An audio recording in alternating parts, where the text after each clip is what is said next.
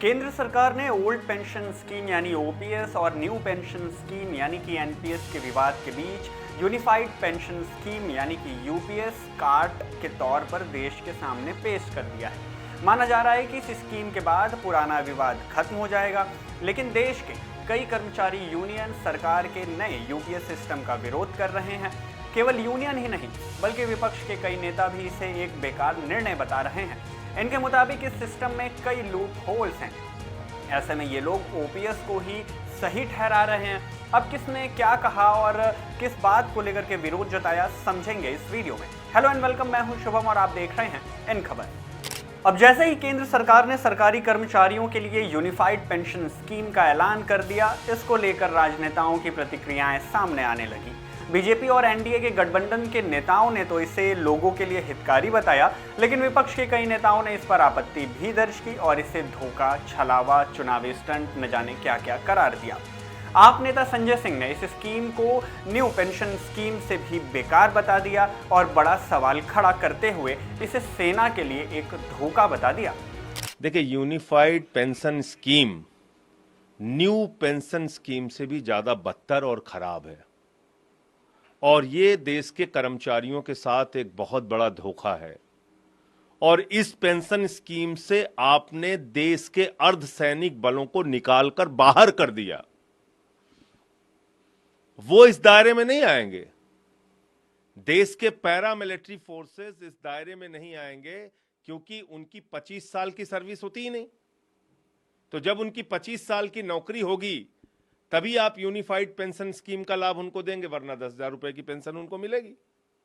दूसरी बात इसमें क्या है कि जब से आपने अपनी नौकरी शुरू की, मान लीजिए आपने 40 साल नौकरी की, तो हर महीने आपका 10% सैलरी से कटेगा पेंशन के नाम पे और उसके बाद पूरा पैसा सरकार अपने पास रख लेगी। मान लीजिए 1 लाख की सैलरी है, 40 साल आपने नौकरी की, कभी 2 लाख होगी सैलरी आगे बढ़ के आपकी, कभी 3 लाख होगी।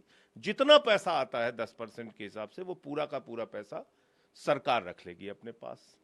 उसके बाद क्या करेंगे? अंतिम के 12 महीने जो हैं उसका एवरेज निकालकर 6 महीने की तनख्वाह आपको कैश में दे देंगे और फिर ये कह रहे हैं कि एवरेज सैलरी निकाल के आपको आधा पेंशन देंगे। पहले तो आपने एक बहुत बड़ा अमाउंट कर्मचारियों का मार लिया, लाखों रुपए जो अपनी पूरी जिंदगी में उनकी 10% कटौती के नाम पे इकट्ठा होगा। दूसरी चीज, आपने इससे अर्धसैनिक बलों को बाहर कर दिया। बड़ी संख्या में आपने इसमें कह दिया 25 साल की जब न्यूनतम आपकी सर्विस होगी, 20 साल से बढ़ा के उसको 25 साल कर दिया कि न्यूनतम सर्विस जब आपकी 25 साल की होगी तभी आप इस यूनिफाइड पेंशन स्कीम के दायरे में आएंगे। तो कुल मिलाकर ये एनपीएस से भी ज्यादा बदतर यूपीएस आया है और देश के कर्मचारियों के साथ एक बहुत बड़ा धोखा मोदी सरकार ने किया है, जिसको इस देश के कर्मचारी समझते हैं और इसका जवाब वो देंगे। संजय सिंह के अलावा आम आदमी पार्टी के ही नेता सौरभ भारद्वाज ने भी इस स्कीम पर सवाल उठाते हुए केंद्र सरकार का घेराव किया और कहा कि सरकार सरकारी कर्मचारियों को झुनझुना पकड़ा रही है। देखिए, मुझे ऐसा लगता है कि सरकार दबाव में तो है और सरकार ये भी समझ रही है कि ओल्ड पेंशन स्कीम ही सही थी, मगर नीयत साफ नहीं है।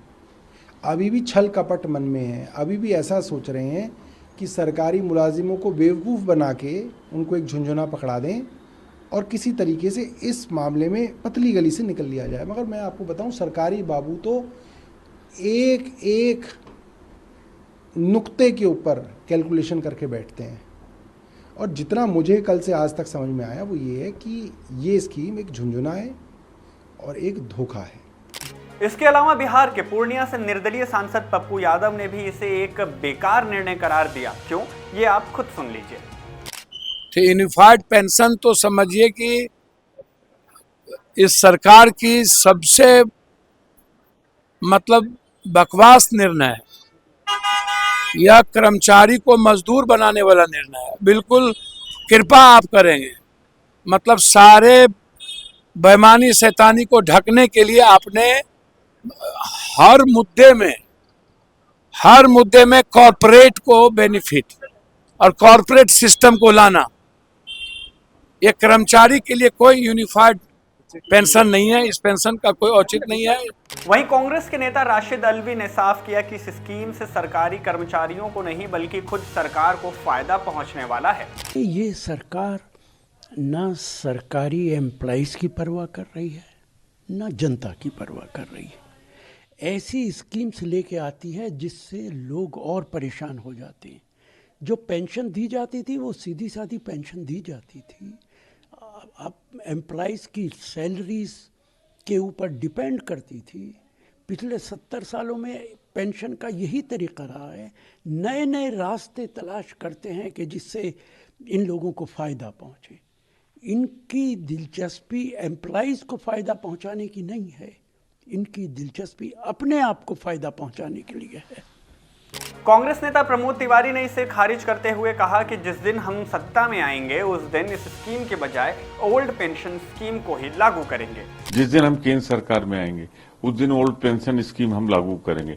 आज मैं आपसे पूछना चाहता हूं, केंद्र में आप हैं, केंद्र की जो ओल्ड पेंशन स्कीम थी उसको लागू क्यों नहीं करें? आप गुनाहगार हैं, आप दोषी ओल्ड पेंशन स्कीम खत्म करने के लिए। हमारा वादा है जिस दिन हम केंद्र में आएंगे ओल्ड पेंशन स्कीम लागू करेंगे।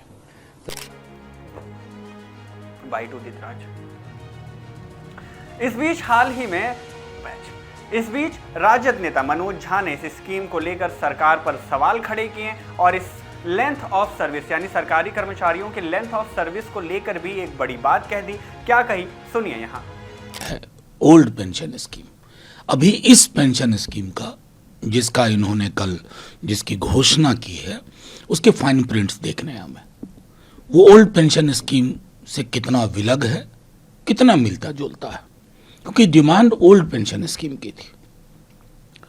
दूसरी कुछ चीज सवाल जो परेशान कर रही है लेंथ ऑफ सर्विस को लेकर के, उसमें क्या है कि SC ST OBC में एज रिलैक्सेशन की वजह से लेंथ ऑफ सर्विस अक्सर कम हो जाती है। इसके लिए सरकार किस तरह की व्यवस्थाएं कर रही हैं, नहीं तो नुकसान होगा। इन विरोधों से अलग बीजेपी और एनडीए के कई नेता हैं जो इस स्कीम को सही ठहरा रहे हैं और इसे कर्मचारियों के लिए हितकारी बता रहे हैं।